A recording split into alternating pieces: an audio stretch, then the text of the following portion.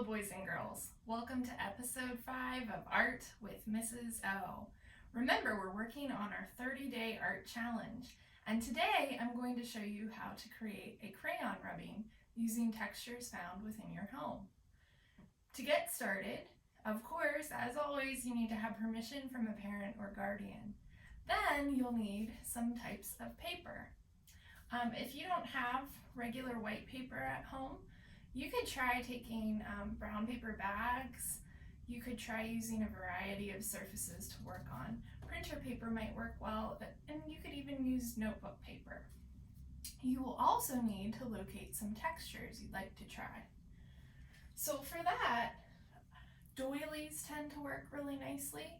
So I've got a doily. I have some mesh from my kitchen. I found this in my kitchen. It's pineapple. It's made out of metal, but it has an interesting texture on it. So we'll see how that works. And I also have this vase, and it's covered in jute rope. So I'm hoping that maybe the rope will create a nice texture. And then I have something that might look familiar to you. This is my pencil box from when I was in school. If you take good care of your things, boys and girls, they'll last a long time. And it has a nice little textural surface as well, so I'm going to see what happens with it. You'll also need some crayons.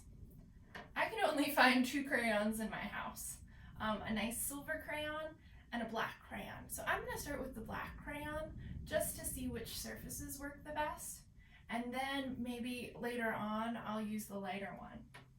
The other thing I have in my home is a light table. Now this is something that you might not have at home, and if you don't, that's fine. You can use a window.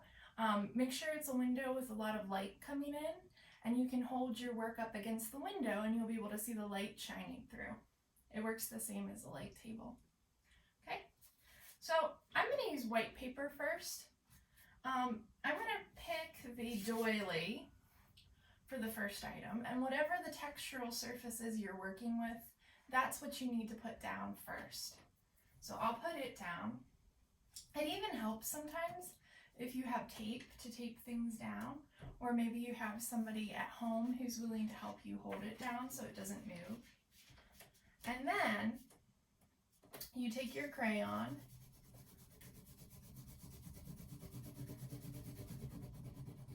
and you color over top of it. And this one is actually creating a really nice texture, which I'll show you in just a moment. As you get more and more practice with this technique, boys and girls, you can try adjusting how much pressure you're applying to the crayon. So that will make some of the areas darker and some a little lighter, which creates a nice soft feel. Okay. And the other thing I want to do is make sure I do the very edges of the doily so you can see where it ends.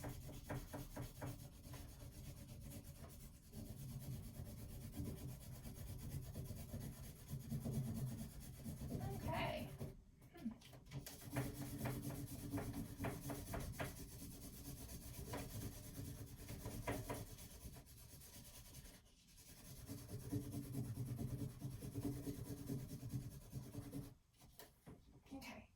Going to do part of the doily.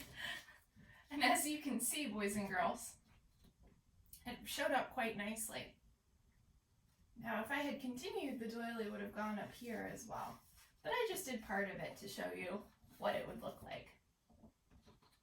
Now let's try the pineapple. Okay, and for the pineapple I'm going to use yellow paper.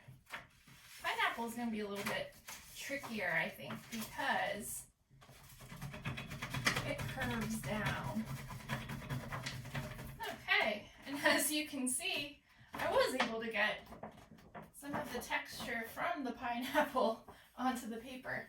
I especially love up here where the top of the pineapple was. But these are neat little shapes too that were created. Okay.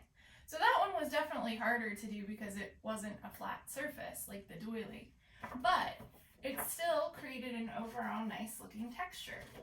Let's try the mesh now, the kitchen mesh.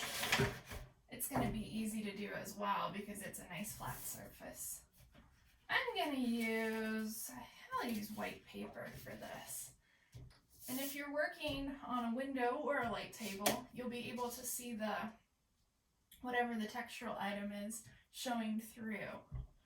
And for this one, instead of the black crayon, I'm going to try the silver crayon.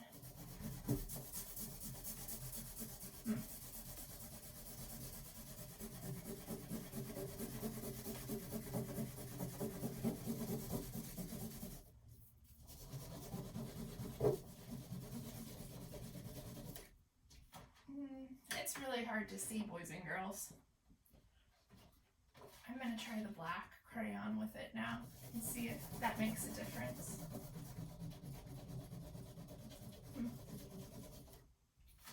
Not really. So you can see here I tried 2 different crayons, both with about the same results. You don't get as much of the texture coming through on this as I thought you would. As you work with this technique, boys and girls, you're going to find it's a lot like an experiment.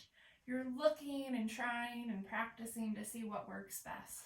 Sometimes it works well and sometimes it doesn't. Okay, so I'm going to put that one aside. I'm going to try the jute with the purple paper. Now, because this is going to be tricky again since it's not a flat surface, I think what I'll do is lay it down on the table and I'll have to do small sections and kind of rotate as I work. Well, there's a small patch, boys and girls, and as you can see, a little bit of the texture is coming through.